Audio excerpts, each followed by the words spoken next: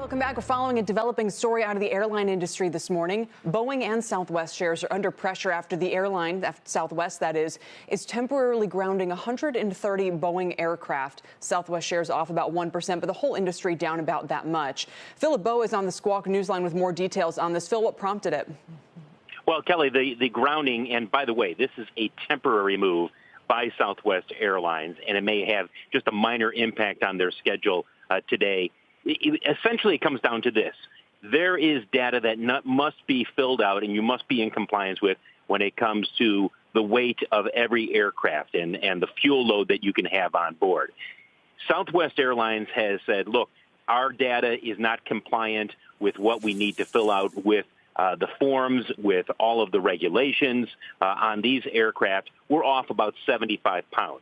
And so as a result, Southwest Airlines is going to pull those planes temporarily, and once they make sure that all of the paperwork is filed in compliance with FAA regulations, the planes will be back in service. I don't think the stock is down because of this.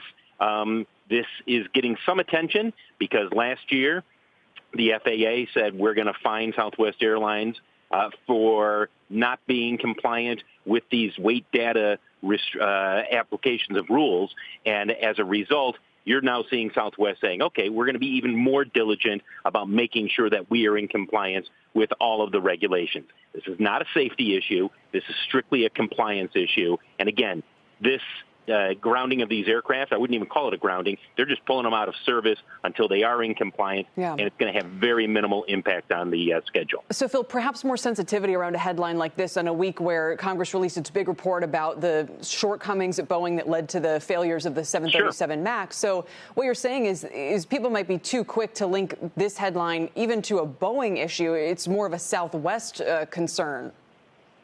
I do not think the stock is down because of this.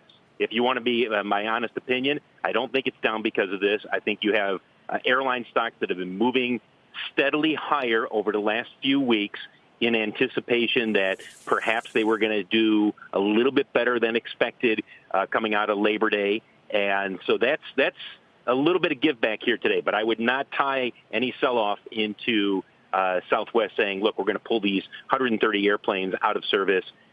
Whether it's for a few hours or a day at the most, they're going to be back in service here. This is not a safety issue, et cetera. Well, and to your point, all of the airline stocks are down about 1.5%. So Southwest is actually not even the worst performer of that bunch.